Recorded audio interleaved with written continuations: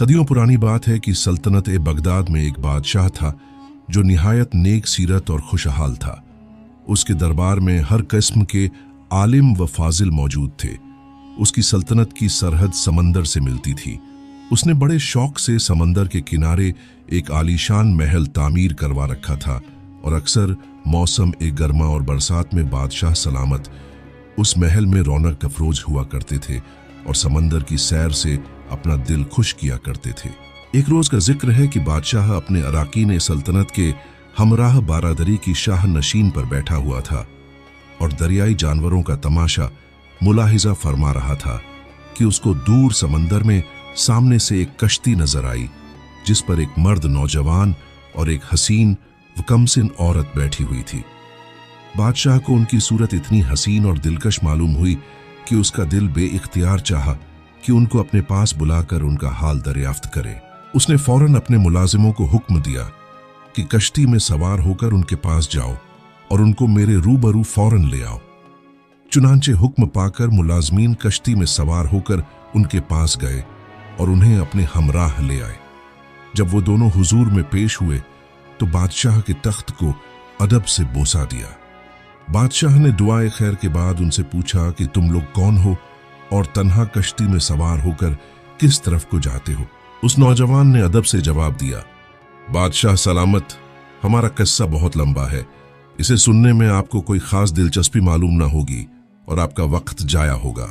बादशाह ने कहा, तुम इस बात का कुछ ख्याल ना करो, मैं तुम्हारा हाल सुनने का निहायत मुश्ताकन हूं, मुझको कोई तकलीफ नहीं होगी। तुम इस नेक बखत औरत को जो तुम्हारे हमराह है हमारे महल में बेगमात के पास भेज दो और अपना तमाम हाल तफसील के साथ मेरे रूबरू बयान करो।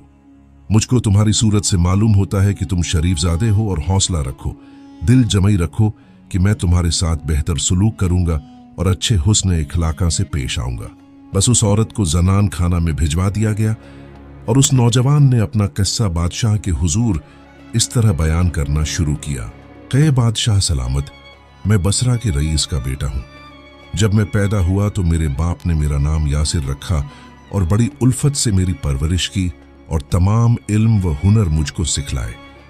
मेरी उम्र अभी 15 साल की भी नहीं हुई थी कि मेरे वालिद वफात पा गए और विरासत में मुझे बहुत सी दौलत मिली और मैं अपने दोस्तों और हमजोलियों के साथ खुश व खुर्रम अपनी जिंदगी गुजारने लगा। एक रात मैंने ख्वाब में देखा कि एक बहुत बड़ा अजदहा, अजगर, अपना मुंह खोलकर मेरी तरफ दौड़ने लगा। वो मेरे पीछे था और मुझको अपने मुंह में लेकर आसमान पर उड़ गया और एक ऐसे मकाम पर ले गया जहां पर आग रोशन थी और मुझे उस आग में डालने का उसने इरादा किया। उसी दौरान इंतहाई तेज आंधी चलनी शुरू हो गई और मुझको हवा का गब्बारा उड़ाकर एक बुलंद पहाड़ पर ले गया। वहां जाकर मैंने देखा कि एक सुराख से एक काला सांप निकला और उसने मुझे काटने का इरादा किया। मैं उससे डर कर भागा तो अजदहा दौड़कर मेरे पास आया और मुझसे लिपट गया।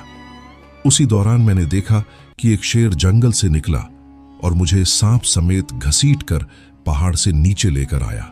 इस ख्वाब के बाद जब मेरी आंख खुली तो मेरा तमाम बदन खौफ से कांप रहा था और बाकी रात बिल्कुल नींद न आई।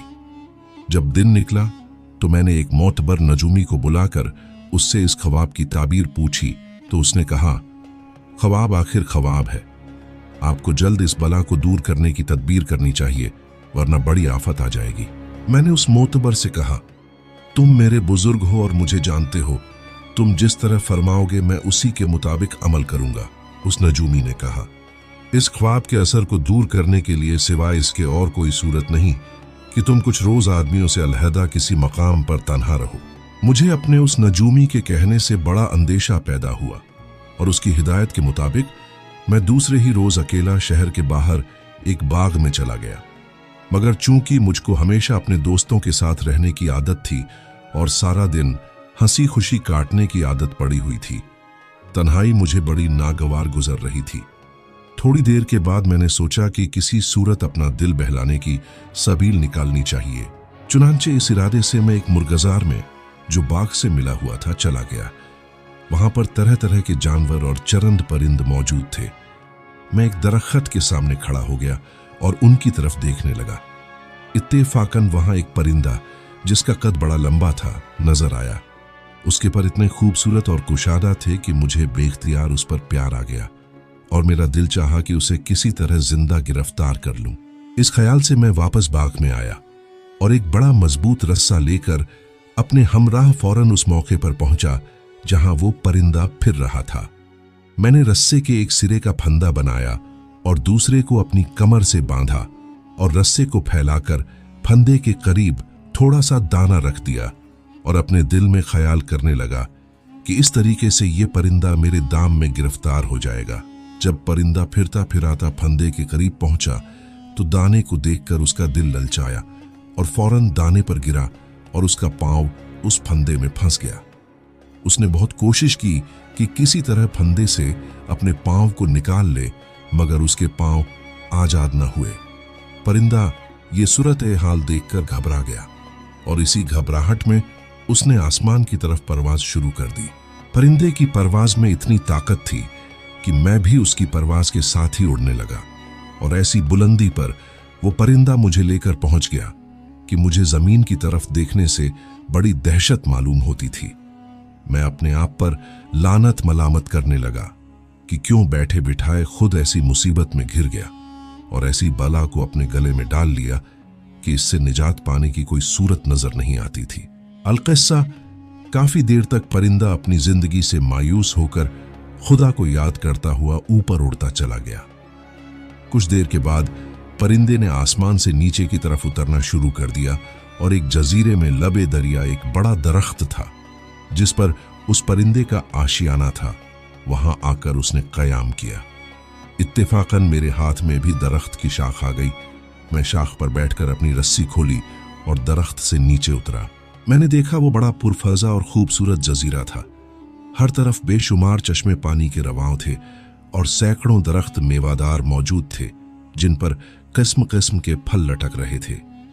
मुझे बड़ी जोरों की शिद्दत से भूख लग रही थी।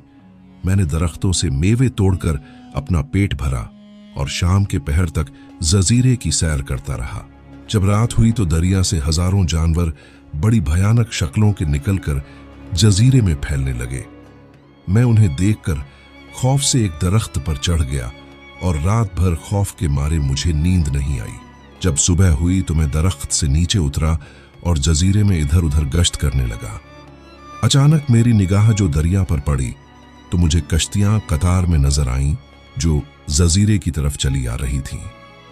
जब कश्तियां दरिया के किनारे करीब आकर लगीं तो मैंने देखा कि सैकड़ों आदमी, जिनकी शक्ल व सूरत बिल्कुल हमारे मुल्क के आदमियों से नहीं मिलती जुलती थी और न ही उनका लिबास हमारे जैसा था, कश्तियों से उतरकर जजीरे में आए।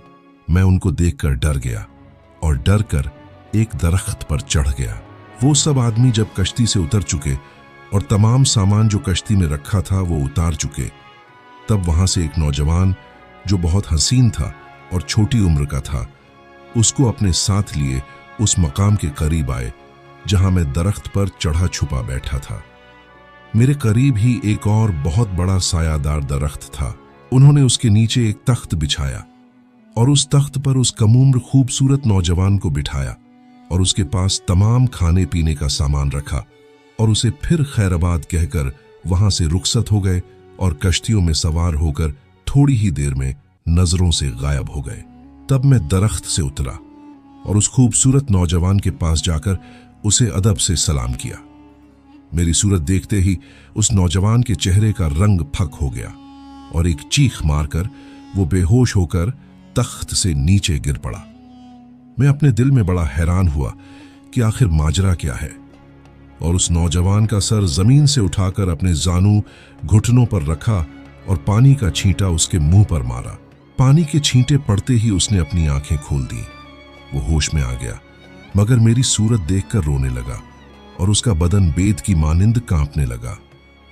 मैंने उसकी दिलजोई की, उसे हौसला दिया और उससे पूछा कि तुम मुझसे क्यों खौफजदा हो, क्यों डरते हो मुझसे? मैं तुम्हारा ताबेदार हूं, तुम्हारा दोस्त हूं। मेरी जानिब से किसी किस्म का गम न करो, मुझसे डरो मत और अंदेशा न करो और खुदारा मुझे अपने हाल से आगाह करो। मेरे इस तरह कहने से उसको थोड़ी तसल्ली हुई और बोला, ए शख्स, मेरी दास्तान सुन लीजिए। इससे आपको मालूम हो जाएगा कि मैं बेजा खौफ नहीं कर रहा, मैं आपसे यूं ही नहीं डर रहा, इसकी कोई वजह है। मैंने कहा, बयान कीजिए। अब उस नौजवान ने कहा, साहब, मेरी दास्तान यह है कि इस जजीरे से 2 रोज की राह पर एक जजीरा वाक़ है। मेरा बाप वहां का सुल्तान है। जब मैं पैदा हुआ था, जैसा कि दस्तूर होता है, मेरे वालिद ए बुजुर्गवार ने नजूमियों को तलब किया और उनसे मेरी किस्मत का हाल पूछा। उन्होंने बताया कि तुम्हारे बेटे की किस्मत बहुत अच्छी है, मगर एक गिरह इसकी किस्मत में पड़ी है। एक ऐसी नहुसत है जिसके सबब 14 साल की उम्र में शहजादे की जिंदगी को खतरा है। अगर किसी तरह ये 14 साल का अरसा गुजर जाएगा तो आपके बेटे की तमाम उम्र बड़े ऐशव आराम से गुजरेगी और ये बड़ा नामी गिरामी, नामवर और जबरदस्त बादशाह बनेगा। अपने वक्त का मशहूर व मारूफ बादशाह होगा। मेरा बाप चूंकि ये बात सुनकर बड़ा परेशान हुआ और उनसे पूछा कि इस गिरह को, इस नहुसत को किस तरह दूर किया जा सकता है। तमाम नजूमी ये बात सुनकर अपनी किताबें खोलकर काफी देर उनका मुतालिया करते रहे, उन्हें खोलकर पढ़ते रहे। फिर बड़े गौर व सोच विचार के बाद उन्होंने जवाब दिया कि बादशाह ए आलीजाह, सिर्फ एक बात हमको किताबों से पता चली है, वो ये कि शहजादा जब 14 साल को पहुंचेगा तो आप इसको 10 रोज तक की तरह किसी ऐसे मकाम पर भेज दें जहां कोई इंसान इसके आसपास ना आ सके। अगर ये 10 रोज इसके सही सलामत गुजर गए और किसी इंसान का इसके पास से गुजर न हुआ तो आइंदा जिंदगी में इसे कोई मुश्किल पेश नहीं आएगी, इसे कोई खतरा लाह करना होगा। अब मेरी जो उम्र 14 साल की हुई तो मेरे बाप ने नजूमियों के कहने पर अमल किया और मुझे तन्हाई में इस सुनसान जजीरे में छोड़ दिया। मैंने जो तुम्हारी सूरत देखी तो मुझे यकीन हो गया कि मेरी मौत आ पहुंची है, क्योंकि मेरा बचना इसी बात पर मुनहसिर था कि 10 रोज तक कोई इंसान मुझ तक न पहुंचे। यही वजह है कि तुम्हें देखकर मेरी आंखों में आंसू आ गए और मैं डर गया। मैंने शहजादे का नाम शहजादा हमजा जाना और ये हाल सुनकर उसको बहुत तसल्ली और तशफी दी और कहा कि मुझसे किसी किस्म का अंदेशा न करो, डरो मत, बल्कि इस तन्हाई के आलम में मैं आपकी हर तरह खिदमत बजा लाऊंगा और जब तक मेरे तन में दम है कोई आफत आपके ऊपर नहीं आने दूंगा। मेरे इस तरह कहने से उसको मेरी तरफ से दिलजमई हो गई, उसे हौसला हुआ और मैं बड़ी मोहब्बत से दिन रात उसकी खिदमत करने लगा। 2-3 रोज में मुझको शहजादे से ऐसी उल्फत और मोहब्बत हो गई कि मैं हरदम उसकी आसाइश और आराम की फिक्र में लगा रहता, उसकी खिदमत बजा लाता और उसकी तबीयत को हर तरह खुश रखने की कोशिश करता। किस्सा मुख्तसर, इस तरह बाहमी खुशी और खुररमी में 9 रोज गुजर गए।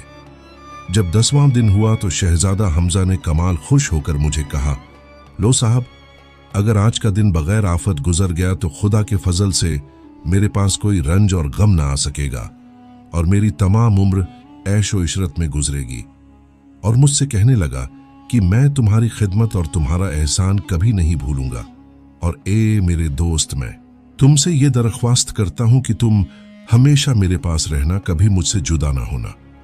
मैंने जवाब दिया कि आपके कहने की जरूरत नहीं है, मेरा दिल खुद कभी आपकी जुदाई को गवारा न करेगा। शहजादा सलामत, आप इत्मीनान रखें, मैं हमेशा आपकी खिदमत में हाजिर रहूंगा। तेरी बातों में दोपहर दिन चढ़ गया। तब मैंने और शहजादे ने गौसल करके पोशाक बदली और दस्तरख्वान बिछाकर खाना शुरू किया। जब खाने से फौरिग हुए तो शहजादा तख्त पर लेट रहा और मुझसे बातें करने लगा। इसी गुफ्तगू के दौरान में एक दरख्त से जो हमारे बिल्कुल करीब था एक निहायत नफीस और खुश रंग सेब गिरा। शहजादे ने मुझसे कहा, इस सेब को उठाकर लाओ और तराश कर मुझे खिला दो। शहजादे के हुक्म के मुताबिक मैं उठकर उसके पास गया और सेब उठा लाया और संदूक से एक बड़ा चाकू निकालकर उस सेब को काटने लगा, तराशने लगा। शहजादे ने कहा, जरा इस सेब को मेरे पास लाना, ये मुझको निहायत खुश रंग मालूम होता है। मैं सेब को छील कर उसके मुंह के सामने लेकर आ गया। शहजादे ने अपनी गर्दन को तकिए से उठाकर सेब को बहुत नजदीक से देखना चाहा।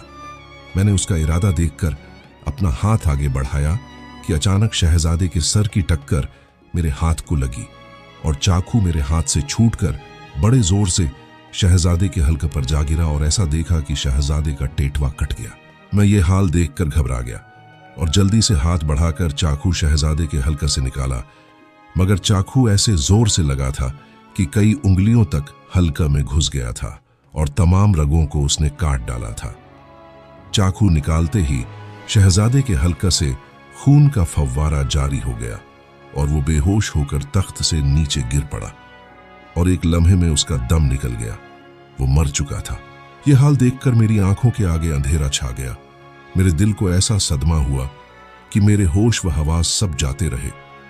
बार बार शहजादे की सूरत देखकर और उसकी भोली भाली बातें याद करके दिल खून के आंसू रोता रहा और आंसू आंखों से जारी थे।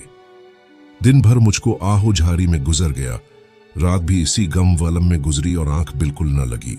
दूसरे रोज सुबह सवेरे हमें वही कश्तियां जिनमें शहजादा अपने दीगर मुलाजमीन के हमराह इस जजीरे में आया था, किनारे पर नमूदार हुईं और लोग कश्तियों से उतरकर गाते बजाते उस मकाम पर पहुंचे जहां शहजादा मुर्दा पड़ा हुआ था और मैं बैठा हुआ था।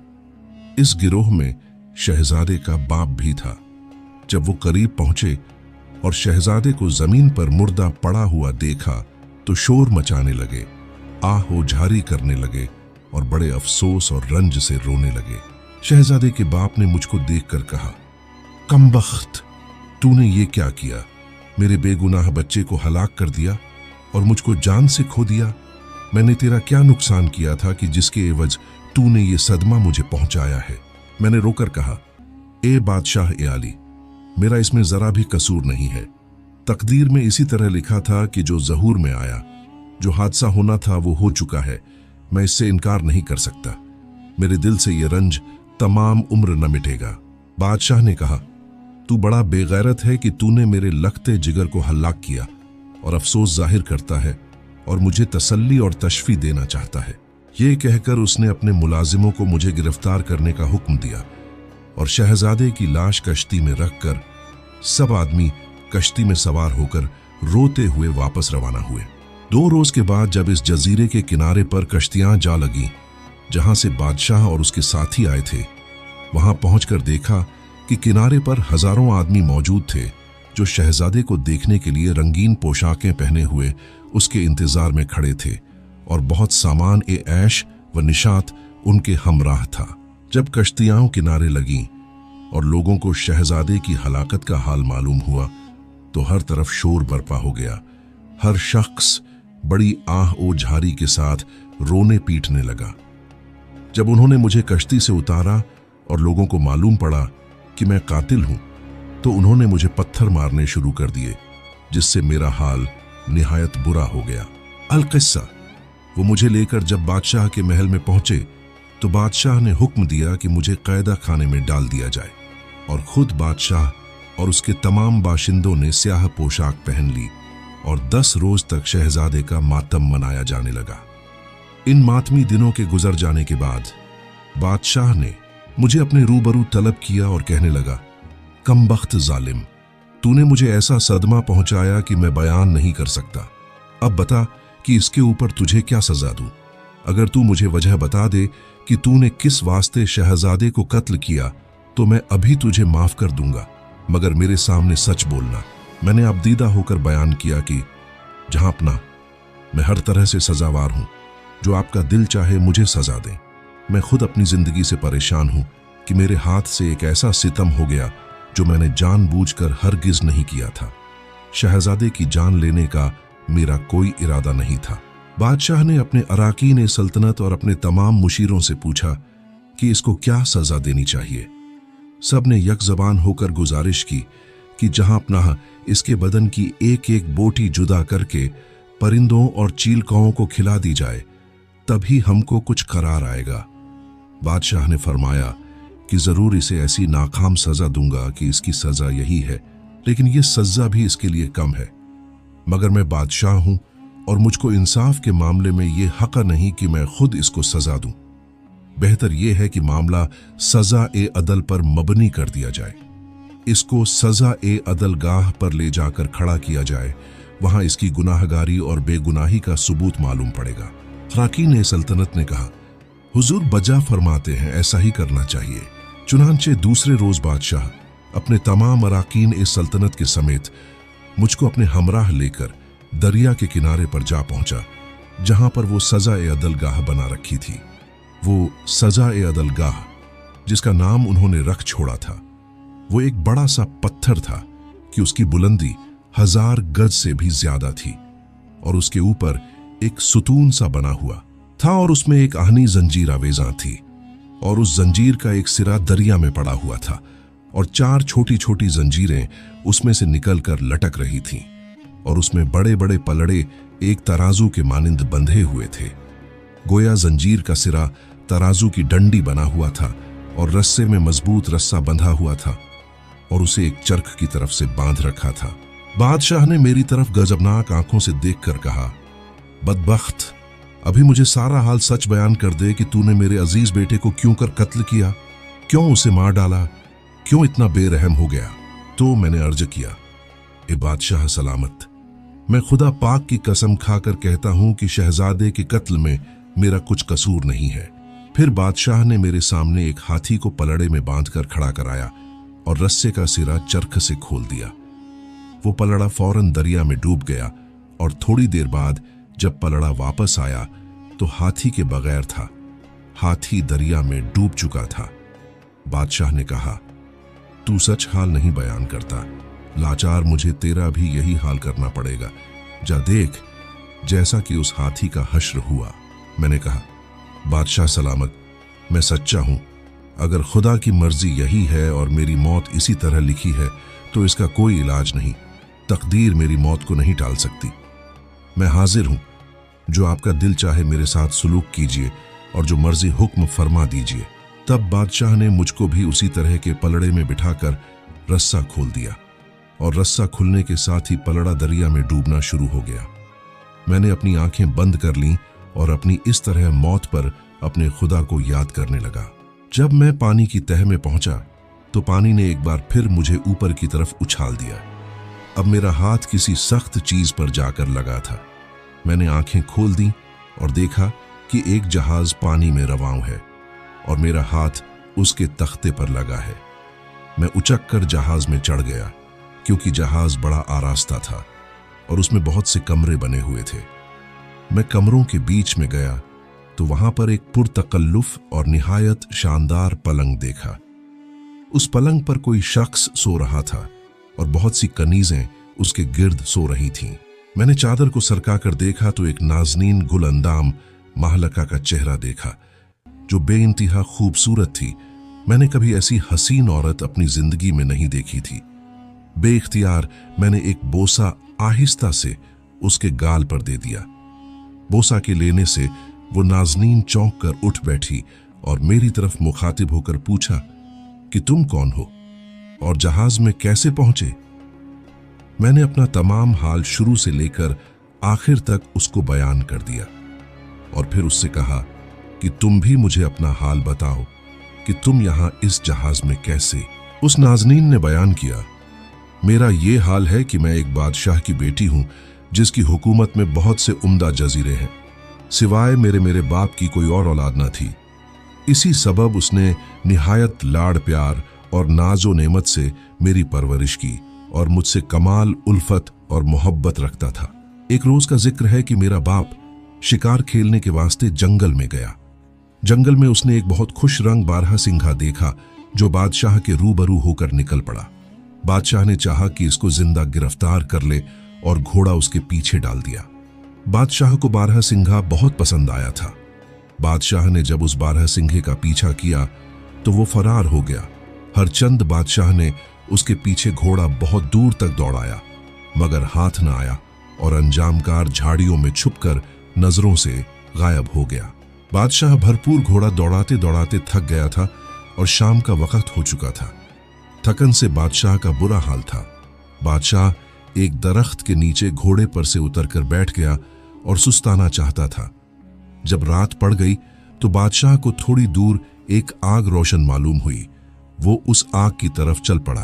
करीब पहुंचकर देखा कि एक हबशी निहायत दरश्त और करीह शक्ल वाला उसी के पास बैठा हुआ किसी जानवर को भून कर खा रहा था और एक प्याला शराब का उसके आगे रखा हुआ था और उसमें से थोड़ी थोड़ी देर के बाद वो शराब पीता जाता, और उसके बराबर एक औरत जो जवान थी और बहुत खूबसूरत थी और जिसके हाथ रस्सी से बंधे हुए थे और उसकी गोद में 1-2 बरस का बच्चा था, बैठी थी।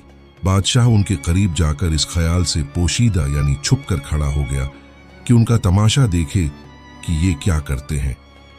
थोड़ी देर के बाद जब वो हबशी खाने से फरिग हुआ तो औरत की तरफ देखकर मुखातिब होकर बोला, कमबख्त, तूने क्यों मुझे परेशान कर रखा है और खुद इस मुसीबत में पड़ी है?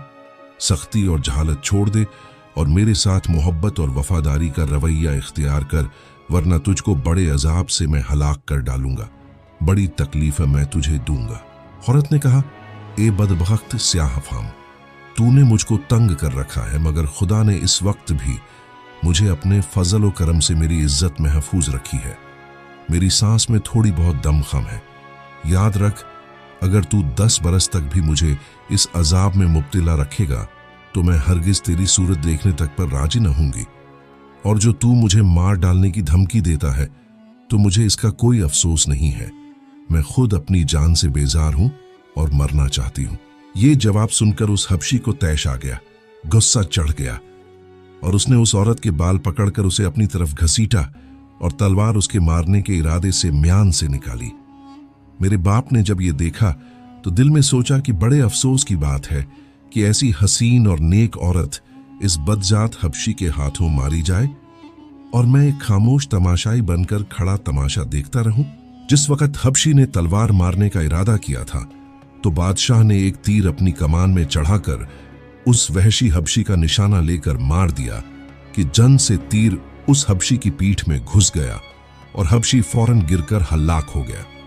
चूंकि हबशी के धमकाने से औरत पर मौत का खौफ छा गया था तो उसने जब हबशी को मुर्दा होकर जमीन पर गिरते देखा तो उसके दम में दम आया, उसकी जान में जान आई और वो इधर उधर हैरान होकर देखने लगी कि ये तीर कहां से उसकी मदद को आ गया। उसी वक्त बादशाह अपनी कमीनगाह से निकलकर उस औरत के पास आया। वो बादशाह को देखकर उसके कदमों में गिर पड़ी और हाथ बांधकर कहने लगी, अगर मेरी 1000 जानें भी हों तो मैं आपका शुक्रिया अदा नहीं कर सकती कि आपने मेरी जान ऐन मौके पर पहुंचकर बचा ली। अगर जरा सी भी देर हो जाती तो शक नहीं था कि मैं हलाक हो चुकी होती। आपने मेरे साथ जो सुलूक किया है उसका मुआवजा मैं किसी तरह अदा नहीं कर सकती। बादशाह ने उसे तसल्ली और तशफी दी और उससे कहा कि तुम बैठकर जरा दम लो, सांस लो और फिर मुझे अपना सारा अहवाल बयान करो कि तुम कौन हो और इस हबशी नाबकार के जाल में किस तरह गिरफ्तार हो गई। वो नाजनीन औरत बादशाह के कहने के मुताबिक बैठ गई और कहने लगी कि मेरा हाल ये है कि मैं कौम एजंज हबशियों से ताल्लुक रखती हूँ और इस कौम के एक रईस की बीवी हूँ। इस हबशी ने, जो कि हमारी कौम का सरदार है, मुझे एक रोज देखा तो मुझ पर आशिक हो गया। मेरी खूबसूरती के कसीदे पढ़ने लगा और तरह तरह के हीले बहाने और फरेब देकर चाहा कि मैं किसी तरह इसके साथ उल्फत करूं, मगर मुझको अपने शौहर से कमाल मोहब्बत थी। मैंने इसकी बात पर कान न धरा और साफ इनकार कर दिया।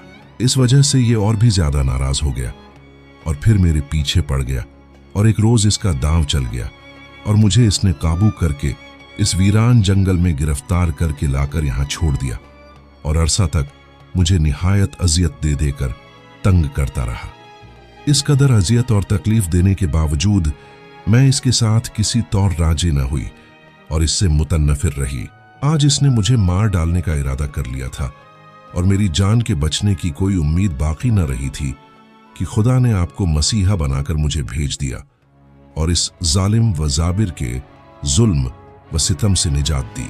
बादशाह को औरत का हाल सुनकर उस पर बड़ा रहम आया।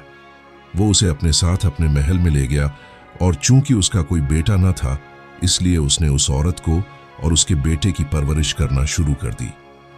मैं भी अपने बाप की खातिर उनकी बहुत खातिरदारी करती थी, मगर दिल में मुझे उनके साथ बादशाह की मोहब्बत बहुत नागवार गुजरती थी, क्योंकि जब से वो औरत और उसका बेटा आए थे बादशाह की शफकत और मोहब्बत जो मुझ पर हमेशा रहती थी उसमें कुछ बदलाव आ गया था। अलकिस्सा लड़का परवरिश पाकर जवान हो गया और मेरे बाप को ऐसा प्यारा हो गया कि बादशाह ने सारी बादशाहत उसको दे दी और खुद गोशाए आफियत में जाकर बैठ गया। जब वो लड़का, जिसका नाम नादिर था, बादशाह बन गया तो लोगों ने उसको बहकाना शुरू कर दिया और अपना असर्व रसूखा पैदा करने की वजह से उसको ये पट्टी पढ़ानी शुरू कर दी कि मेरे बाप का जिंदा रहना उसकी हुकूमत के लिए खतरनाक है, क्योंकि मेरा बाप उसकी बादशाही में खलल डालेगा।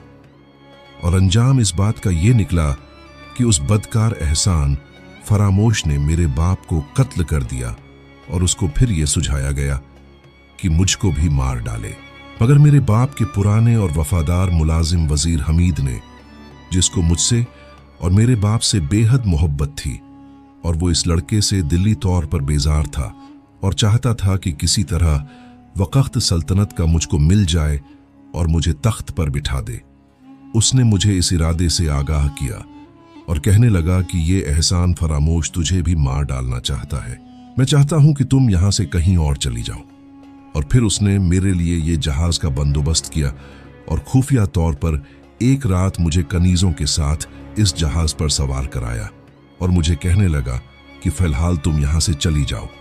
जब हम इस लड़के से तख्त व ताज छीन लेंगे और उस पर काबू पा लेंगे तो फिर तुम्हें वापस बुला लेंगे। और अब मुझे वहां से निकले हुए 10 रोज हो चुके हैं। मुझे वहां की कुछ खबर नहीं और मुझको तन्हाई और बेकसी महसूस होती है। अक्सर औकात ऐसा रंज होता है कि दिन भर रोती रहती हूं। आज अल्लाह ने मुझ पर रहम कर दिया और गैब से तुम्हें मेरे पास भेज दिया। अपनी दास्तान सुनाओ कि तुम कौन हो और क्यों कर तुम्हारा इस जहाज पर आना हुआ। मैंने इस महबूब दिलरुबा शहजादी लैला से अपना तमाम किस्सा बयान करने लगा और कहा कि मेरे हाल पर रहम खा और मुझको अपनी गुलामी में कबूल कर। इस नाजनीन का दिल भी मेरी तरफ माइल हो गया और मेरी मोहब्बत आमेज बातों से मुतासिर होकर वो मुझसे बहुत हंसी और मेरे कहने पर उसने मेरी तजवीज़ मंजूर करके मेरे साथ निकाह कर लिया। इसके बाद हम 10-11 रोज तक इसी तरह दरिया में रवां रहे और चाहते थे कि कहीं कोई आबादी नजर आ जाए तो वहां जहाज से उतरकर कयाम करे, मगर कहीं किनारा मालूम नहीं पड़ रहा था। 12वें रोज सुबह हमें दरिया का किनारा नजर आया और एक बहुत बड़ा शहर नजर आया। हमने जहाज का रुख उस तरफ को फेर दिया।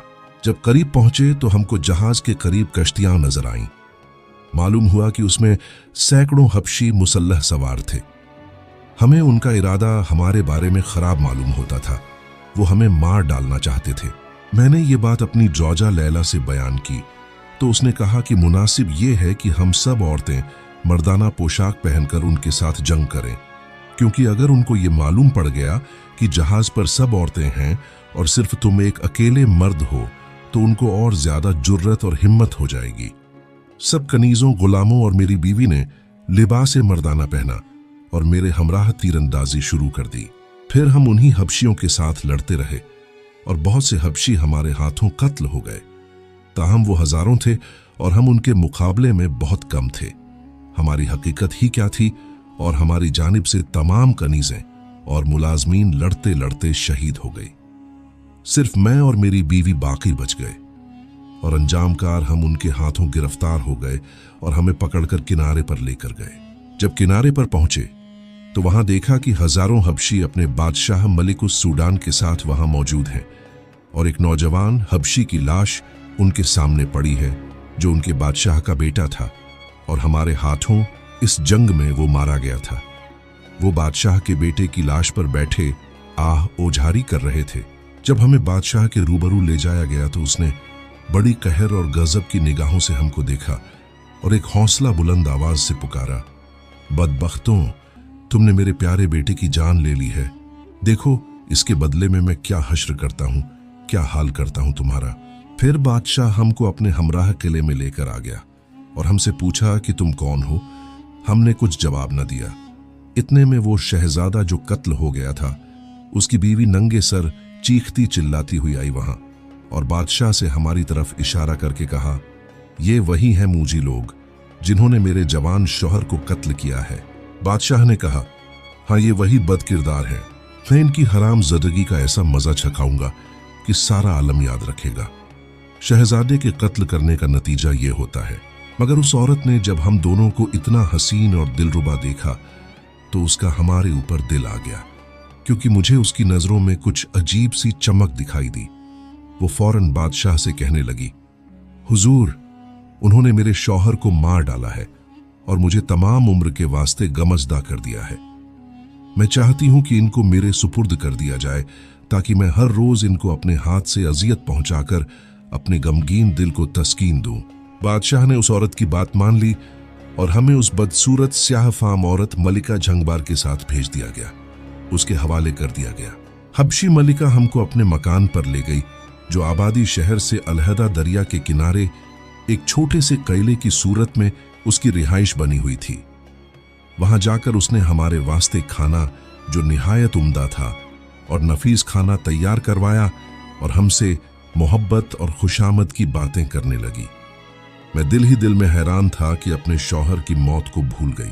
जब रात हुई तो मालिका ने कहा, मैं तुम्हारी सूरत देखकर तुम्हारे जज्बा इश्क की वजह से अपने शौहर की वफात का रंज आज ही भूल गई हूं, बिल्कुल भूल चुकी हूं, और तुमको मौत के मुंह से निकालकर इस घर से यहां लाई हूं कि तुम मेरे साथ इस कैले में ऐशो तरब से अपनी जिंदगी बसर करो। मैं अपने दिल में ये समझूंगी कि खुदा ने मुझको एक शौहर के बदले 2 हसीन और जमील शौहर दिए।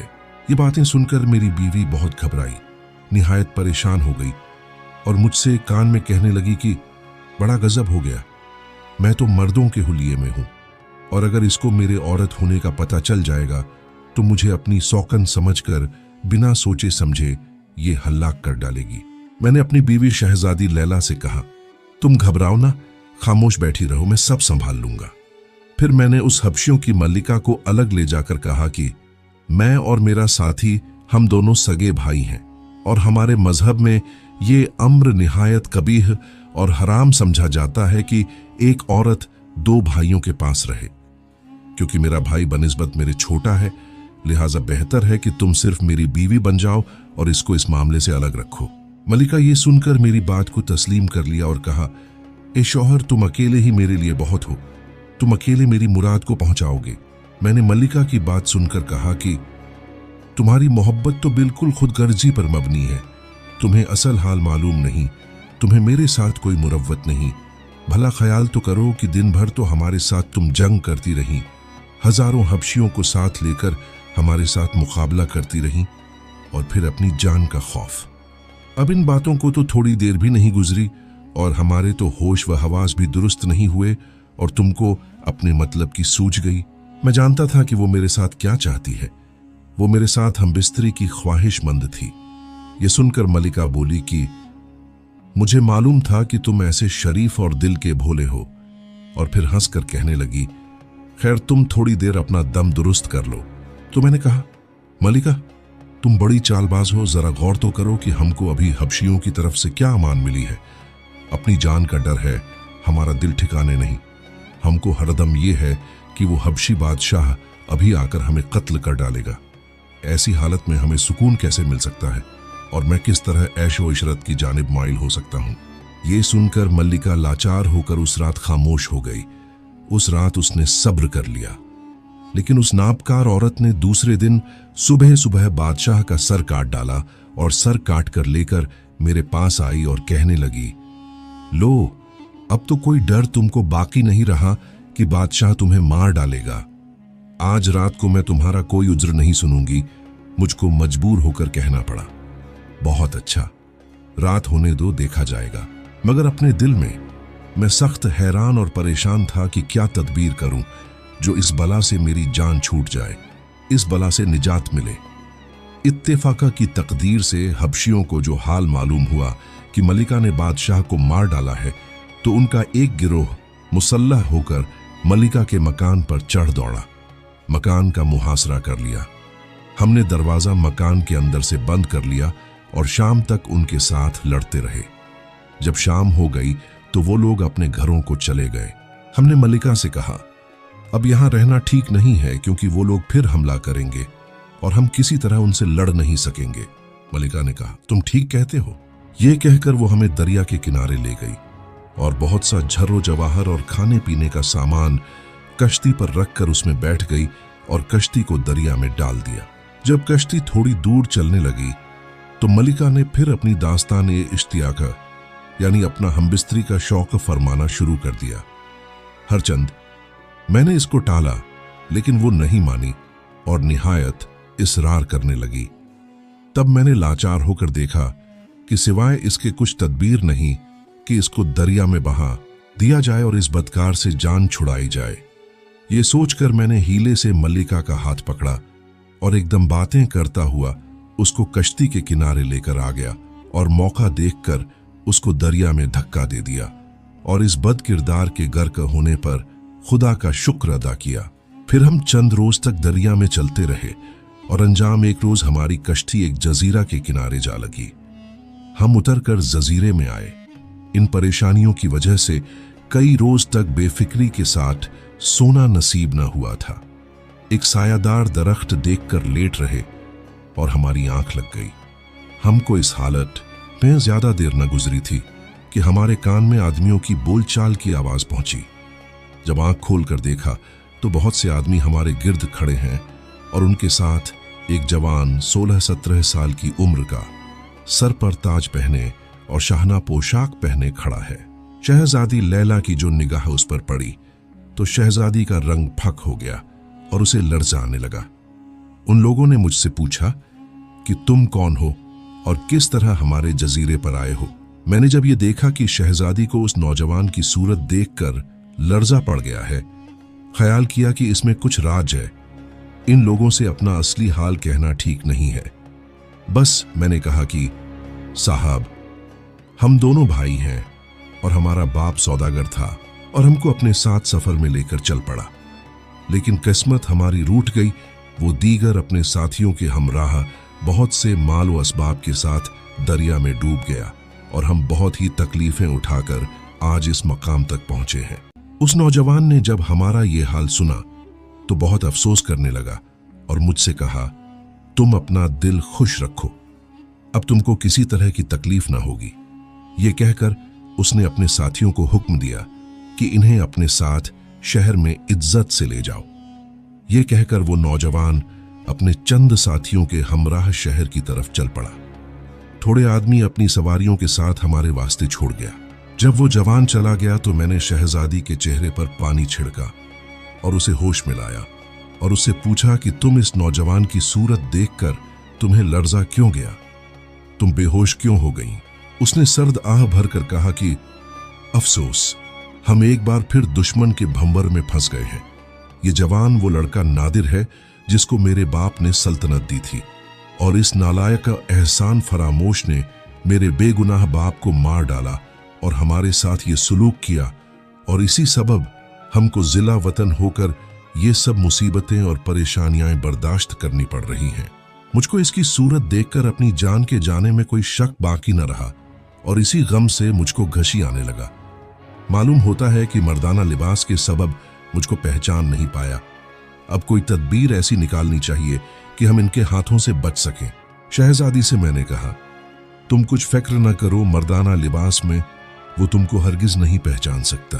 फिर हम उन नौजवानों के हमराह शहर की तरफ चल पड़े जिनको बादशाह हमारे पास छोड़ गया था। जब हम वहां पहुंचे तो बादशाह ने हमको बुलाकर हमारी बहुत ही तारीफ की और हमको एक अलग मकान जो अपने महल से जुड़ा हुआ था रहने के वास्ते दे दिया और अपने मुलाजमीन को ये ताकीद की कि हमको किसी बात की तकलीफ ना हो। गर्ज हम आसाइश और सहूलत के साथ वहां रहने लगे। वहां के रईसों और अराकीन सल्तनत के साथ मेरी मोहब्बत और रस्म राह बढ़ती गई और बादशाह को मेरे साथ ऐसा उन्स और मोहब्बत हो गई कि अगर एक रोज भी मैं उसके पास न जाता तो वो बेहद बेकरार हो जाता और बेतकल्लुफ मेरे मकान पर चला आता। किस्मत हमारी थी कि एक रोज मेरा उसकी खिदमत में किसी वजह से जाना ना हो सका और वो मेरे मकान पर मुझसे मिलने खुद चला आया और मैं उस वक्त किसी और दोस्त के पास गया हुआ था और मेरी बीवी दरीचे में अपना जनाना लिबास पहने खड़ी थी। बादशाह ने जो उसको देखा तो फौरन पहचान गया कि ये तो पहले बादशाह की बेटी लैला है जिसको मैंने कत्ल कर डाला है। उसने वजीर को बुलाकर ये हाल बयान किया। वजीर ने बज़ाहिर उसे कहा कि अगर ये बात सच है तो फौरन इसकी कोई तदबीर करनी चाहिए। मगर ये वही वजीर हमीद था जो असल में बादशाह और उसकी बेटी से मोहब्बत रखता था। वो वजीर दिल ही दिल में बहुत खुश हुआ क्योंकि वो पहले बादशाह और उसकी बेटी का दिल से फिदाई और दोस्त था और उसने शहजादी को जहाज पर सवार कराकर कत्ल से बचाया था। उसने बादशाह से कहा कि मुझे इजाजत दीजिए, मैं इस नौवारिद शख्स के पास जाकर तमाम हाल पता करता हूं कि ये लड़की तुम्हारे पास कैसे आई और फिर इस लड़के के कत्ल की कोई तदबीर निकालते हैं। बादशाह ने कहा, जरूर, ये बात मुनासिब है, तुम फौरन इसकी तदबीर अमल में लाओ। वजीर बादशाह से रुखसत होकर मेरे पास आया और तमाम माजरा बयान किया। मैंने उसे कहा, मोहतरम, तुम शहजादी के बुजुर्ग और वजीर हो और आओ मुझको बताओ कि इस हाल में क्या करना मुनासिब है। उसने कहा कि आप मत घबराइए, मैं आज रात इसका बंदोबस्त कर देता हूं। ये कहकर वजीर मुझसे रुखसत हुआ और शहर में जिस कदर रईस और अराकीन सल्तनत को जो साबिका बादशाह और उसकी बेटी के तरफदार थे, उन सबको शहजादी और मेरे हक में यकजा किया और उस अपने मंसूबे के तहत उस गासिब बादशाह नादिर को उसी रात कत्ल कर डाला। वजीर ने शहजादी को तख्त पर बिठाना चाहा, मगर शहजादी ने मुझसे कहा कि मैं एक औरत हूं, मुझको सल्तनत की बादशाहत झेब नहीं देती। तुम मेरे शौहर हो, जिस तरह मुनासिब समझो उसे बादशाह बना दो, मुझे कोई उज्र नहीं। चुनांचे मैंने अरसा तक सल्तनत के उमूर संभाले और सब लोग मुझसे निहायत खुश और राजी रहे। एक रोज मुझे अपने वतन और अपने दोस्तों की बेइंतहा याद आई और मैंने अपनी बीवी शहजादी से जाकर कहा, तो शहजादी कहने लगी कि मैं तुम्हारी फरमाबरदार हूं और जो तुम चाहते हो कि इस बाइस हो, बस वही बात मुझको मंजूर है, मैं तुम्हारे साथ हूं। बस हमने वजीर हमीद को तलब किया और कहा कि हम एक काम के वास्ते एक दूसरे मकाम पर जा रहे हैं, तुम उमूर सल्तनत बहुत मेहनत और होशियारी से अंजाम देना। और तमाम अराकीन सल्तनत को जमा करके कहा कि हम 1 साल के बाद आएंगे और हमारे आने तक वजीर हमारा कायम मकाम बनकर बादशाहत करेगा। तुम सब लोग इसके मुती और फरमाबरदार रहना। सब मुलाजमीन ने मेरी जबान से ये सुना तो कहा कि वजीर साहब निहायत बुजुर्ग और अक्लमंद इंसान है और आप जिस शख्स को हम पर बादशाह मुकर्रर करके जाएंगे, हम आपके हुक्म के मुताबिक उसके ताबेदार और इताअत गुजार रहेंगे। इसके बाद हमने सामान सफर बांधा और 1000 मुसल्लह जवान लेकर अपने साथ सफर पर निकल पड़े और जवाहर और ज़रो नकद असबाब एक खुर्द ओ नोश यानी खाने पीने की चीजें अपने साथ रखकर जहाज में सवार हुए। 1 हफ्ता तक हमारा जहाज रवां रहा। 6ठे रोज ऐसा हुआ कि आंधी चलनी शुरू हो गई और मेरी बीवी हर वक्त अल्लाह ताला की हम्दो सना में मसरूफ रही और दुआ मांगती रही कि या रब, हमें इस बला से बचा। 4 रोज गुजरने के बाद हवा साकिन हो गई। अचानक हम एक जजीरे के किनारे लगे और हमने दरिया के किनारे अपना खैमा लगा दिया और हमारी फौज ने अलहदा खैमों में कयाम किया और अपने वर्दी और हथियार पहने। जब मैंने अपने खैमे से शहर की जानिब गौर करके देखा तो शहर का किला निहायत वजनी और खूबसूरत हमें दिखाई दिया।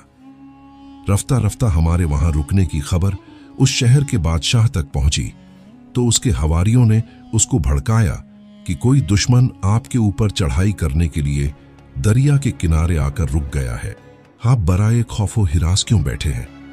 बादशाह ने इस बात को सुनकर मुझ पर लश्कर कशी शुरू कर दी। 3 रोज तक वो हमसे बराबर लड़ाई करते रहे और बहुत से सिपाही मारे गए, बहुत सी जानें गई, मगर मेरे सिपाही बहुत कम मारे गए। तीसरे दिन की रात को बादशाह मुझ पर 1000 सिपाही लेकर चढ़ दौड़ा और तमाम फौज मेरी मारी गई। जब मैंने देखा कि तमाम फौज तह तेग हो गई है और अब कोई सूरत रिहाई की नहीं रही थी, तब लाचार होकर मैं और मेरी बीवी उसी रातों रात भाग निकले। 2 रोज तक दिन में किसी गार के अंदर छुपे रहते और रात को फिर रवाना हो जाते। तीसरे रोज हमने एक दरख्त की मोटी लकड़ियां काटकर और उनको यकजा बांधकर कश्ती बनाई और दरिया में रवाना कर दिया और हमारी किस्मत ने ऐसी यावरी की कि हम हुजूर आपकी सेवा में हाजिर हो गए। सुल्तान बगदाद ने जब तमाम दास्तान यासिर की जबानी सुनी तो कहा कि तुम वो आदमी हो, तुमसे मिलकर मुझे बेहद खुशी हुई और अब मुझको बताओ कि तुम्हारा क्या इरादा है। यासिर ने कहा कि मैं एक बार फिर अपने वतन को देखना चाहता हूं और मेरा वतन हुजूर ही की सल्तनत के बहुत करीब है, यहाँ से ज्यादा फासले पर नहीं। अगर हुजूर बखुशी इजाजत देंगे तो वहां आऊंगा और फिर तमाम उम्र हुजूर की खिदमत व बंदगी में हाजिर रहूंगा। सुल्तान बगदाद ने उसी वक्त ये सुनकर फरमाने हुकूमत शहर बसरा के नाम पर लिखकर उसकी हुकूमत अता फरमा दी।